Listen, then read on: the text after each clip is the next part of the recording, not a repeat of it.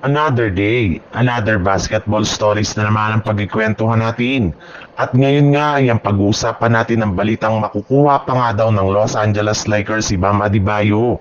At ang balitang rason bakit ayaw pa ni Jonathan Kuminga na pumirma sa Golden State Warriors. Ibinulgar na nga ni Jovan Buha ng The Athletic na bagamat man nga pwede nang bigyan ng bagong contract extension ang Los Angeles Lakers na si Rui Hachimura. Ngayong off-season ay wala pa rin naman nga silang balak na gawin ito. Kaya dahil dyan ay naging questionable na nga ang future ni Hachimura sa Lakers lalo pat sa kanyang kalagayan nga ay pwede na siyang i-offer bilang isang trade asset para makakuha sila ng bagong manlalaro as soon as ngayong off-season. At isa nga sa mga nabanggit na player na pwede nilang makuha gamit si Rui Hachimura ay walang iba kundi si Andrew Wiggins na hanggang ngayon ay nananatili pa rin ngang available sa trade market. Bukod rin nga kay Wiggins ay pwede na rin naman nga nilang makuha si Bam Adebayo mula sa Miami. Sa ganyang paraan nga ay magkakaroon ng Lakers ng mas malakas na lineup na bubuuhin ni na Luka Doncic, Marcus Smart, Andrew Wiggins, LeBron James, DeAndre Ayton, Jake LaRavia, Ado Otero at Bam Adebayo. Kailangan nga lamang nga nila na isakripisyo sina Dalton Kenny, Rui Hachimura, Maxi Kleber, Jackson Hayes, Jared Vanderbilt, Gabe Vincent, Austin Reeves at ilan sa kanilang mga future draft pick.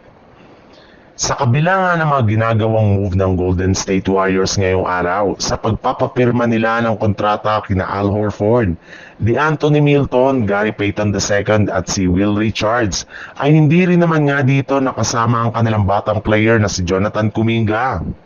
Hindi pa rin nga daw nito kinukuha ang inaalok nilang kanyang qualifying offer at bagong contract extension. Hindi rin naman nga nila ito nakakausap ng personal kaya wala silang nagagawa ni isa mang trade o transaksyon. At dahil nga sa pangyayari niyan, ay inaasahan na nga lang magiging absent si Kuminga sa gaganaping media day ng Warriors bukas na umaga.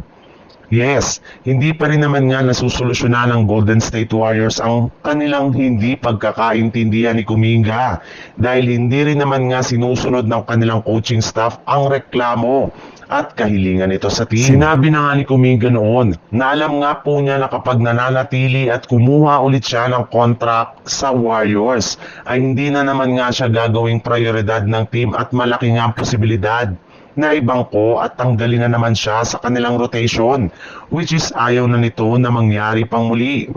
Kaya mas gusto na lamang nga niya na lumipat ng ibang kupunan.